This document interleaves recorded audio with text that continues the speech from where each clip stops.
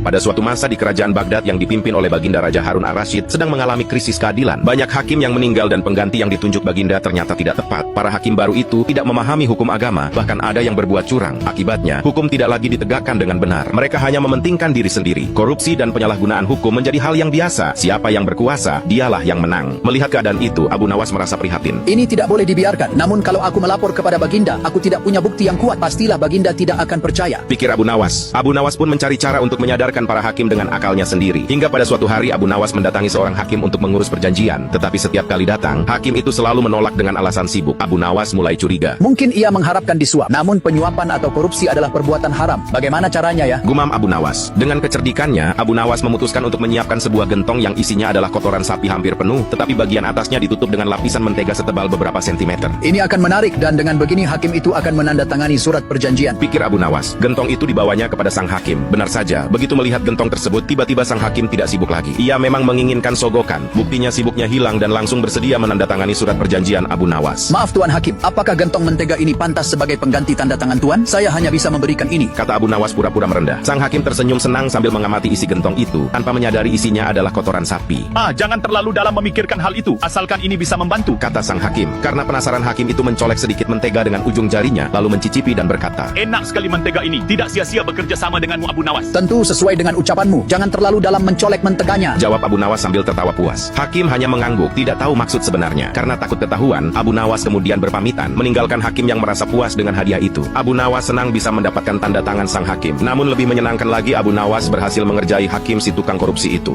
Dengan hati gembira, sang hakim membawa gentong mentega itu pulang. Ia mengajak istri dan anak-anaknya makan bersama. Pada awalnya, mereka menikmati mentega yang manis dan gurih. Namun, setelah lapisan mentega habis, mereka mulai memakan kotoran sapi. Dan mereka baru sadar, apa ini busuk sekali seperti kotoran sapi. Sang hakim dan keluarga berusaha memuntahkan kotoran hewan yang termakan. Namun tidak bisa. Saat itu barulah sang hakim sadar bahwa itu adalah cara Abu Nawas untuk menyadarkannya. Sang hakim merasa malu dan menyesal menyalahgunakan kekuasaan yang seharusnya digunakan untuk menegakkan keadilan, namun malah sebaliknya, ia korupsi dan menyalahgunakan jabatan demi keuntungan pribadi.